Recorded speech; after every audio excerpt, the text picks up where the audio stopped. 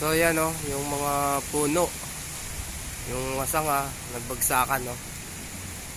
So sobrang lakas din itong bagyo. Ayan o. Ayan guys. Kaya sobrang kalat ngayon.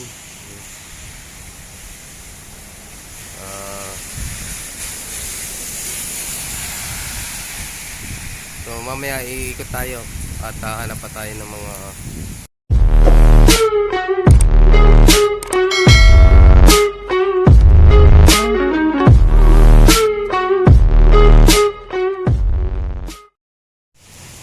Hello guys. Dito ako sa trabaho guys. No? Pumasok pa rin ako kahit na hindi pa tapos yung pananalasa ng bagyo no. Ayan, kita nyo guys, yung mga dahon na to ay natanggal dahil sa sobrang lakas ng hangin. Ito yung mga nailaglag ng hangin no. Bali pinagdadampot ko na lang no guys. Ayan, dito ako sa trabaho ngayon.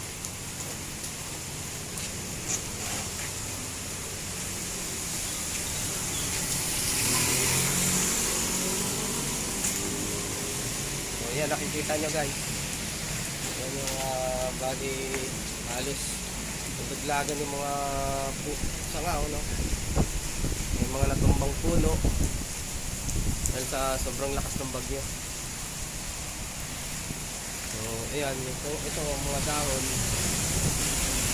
galing din sa puno na din sa trabaho namin no? Pinagdadampot ko na siya no? So ayan. So mamaya guys, i-update ko kayo sa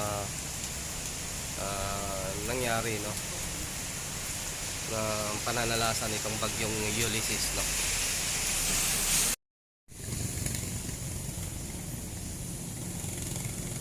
Ito yung hardin ng bayan guys. Ayan no. Matapos bayuhin ng bagyo. Kalat-kalat yung mga dahon nila. Nagbagsakan yung mga dahon. Grabe oh. Nangyari dito. Sobrang kalat. So ayan oh guys. Yung mga dahon. Ang daming nagbagsakan.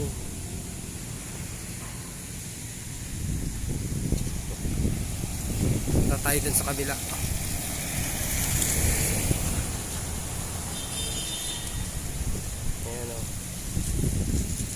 Yan yung Mama Mary guys. Yan. Dito yan sa hardin ng bayan. Ang dami kasi mga puno rito. Ayan. Yung mga puno na yan, lalaki niya no. Kaya ang dami nagbagsakang mga dahon sa sobrang lakas ng bagyo. Ayan. Kaya sobrang kalat dito guys.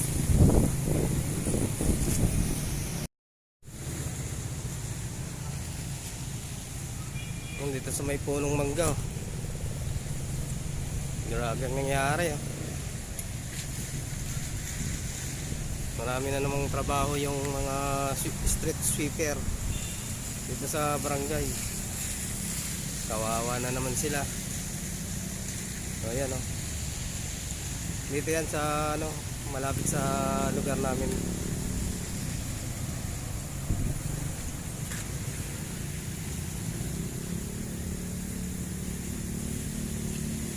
Sa tapat ng CMB Mall. Ayan guys, malapit sa trabaho ko.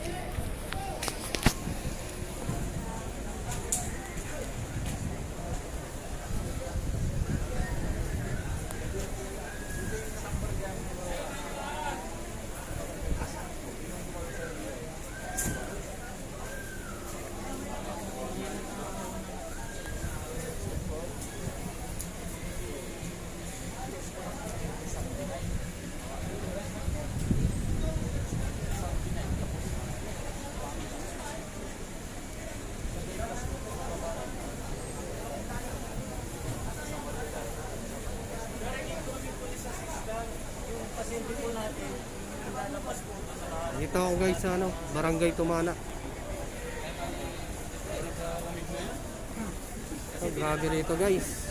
Ito yung isa sa binaha.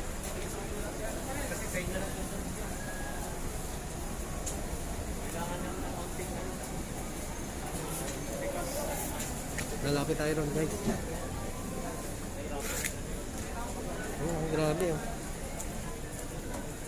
Doon banda ron ay maraming mga na-stranded.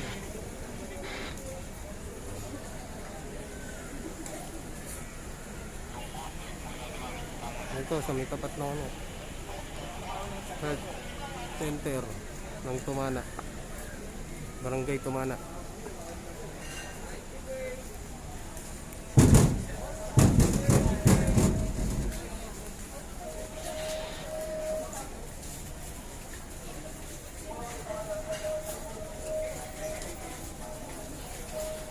Ayun, meron silang kinuhang bangka. Lapitan natin.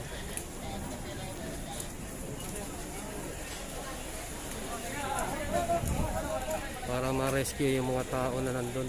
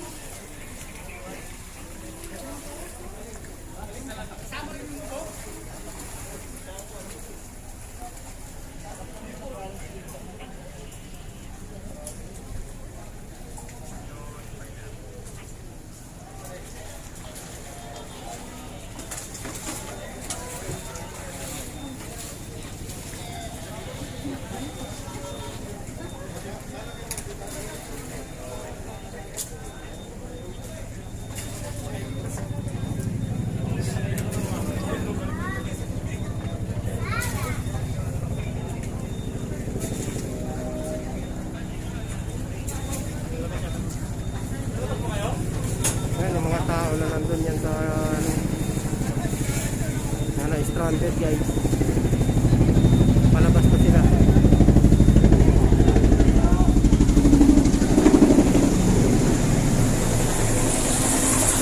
Merong helicopter guys, no? Yan yung helicopter yung nagre-rescue dito. Kawawa naman na naging kalagayan nila rito.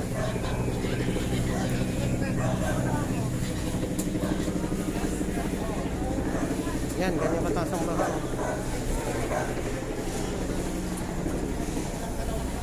Halos isang palapag ng bahay.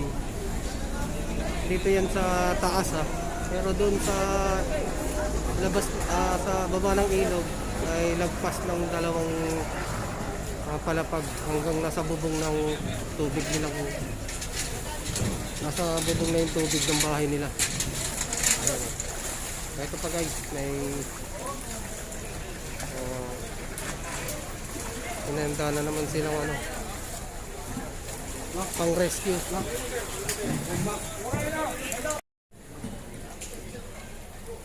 Pasahero, ilang kasi pasahero?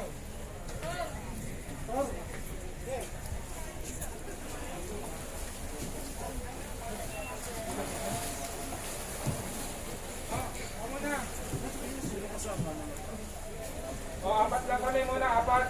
Si Guzman sa kadalawa.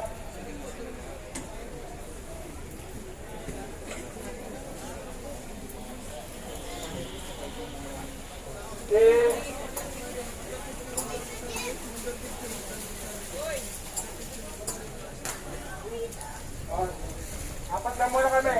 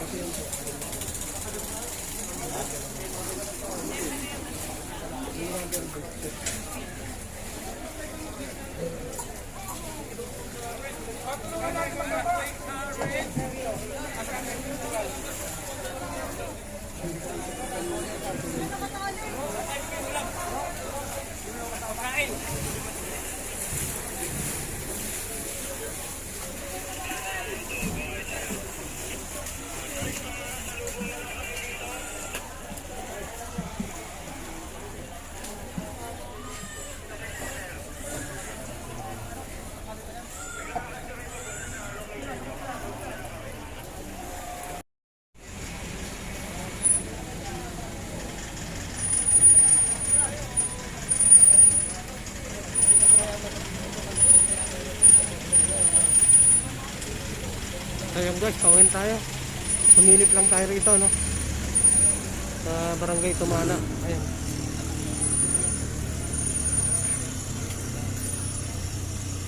Grabe.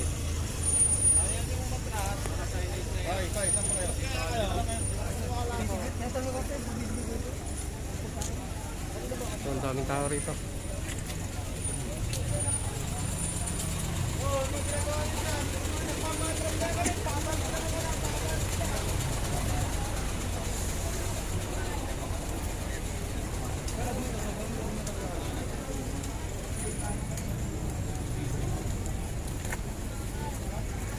Alas 5 na ng hapon, guys. Bali, galing ako sa trabaho, dumiretso lang ako rito. Barangay Tumana. Ay, pagkain din kami dala. Wawa naman sila. Ito sa binaha, tumaas yung tubig. Yung bagyong Ulysses. So, pauwi na tayo, guys.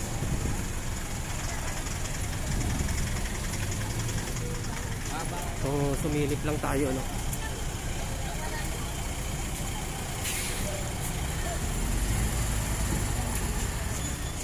Kaawa-awa yung naging kalagayan ng mga taga rito.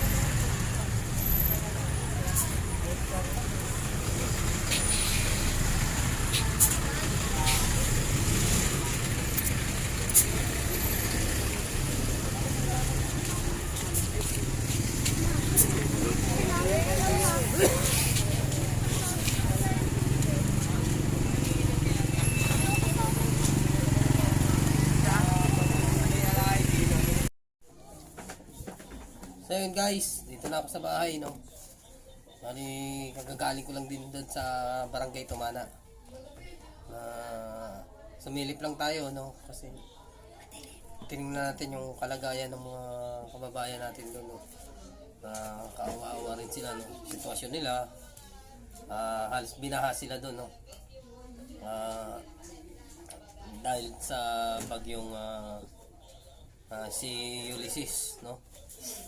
So, yung iba ay halos na stranded doon. Kaya marami ang nagre-rescue na ngayon doon sa kanila, no. So sana maka-recover sila agad, no. Kasi kung anihin natin talagang nakakahabag, no. Kasi yung mga kababayan natin doon na talagang dumaranas ngayon ng hirap dahil sa naranasan nilang hagupit ng bagyo, no. Yun nga guys, no. Sana maka-recover na yung maka-recover agad yung mga kababayan natin doon na naapektuhan ng bagyong Ulysses, no. At siyempre pagpapasko ang kalagayan nila, ang sitwasyon nila ay napakahirap, no. Kahit paano naman marami yung tumutulong, no, yung nagre-rescue sa kanila. Kaya sana ay makaahon agad sila, maka-recover agad sila sa nangyaring ganito sa kanila, no. Inapektuhan sila nitong bagyo, no. So yun lang guys, no. Sana sa susunod na vlog ay magkita-kita na lang ulit tayo. So God bless you. guys. Bye-bye.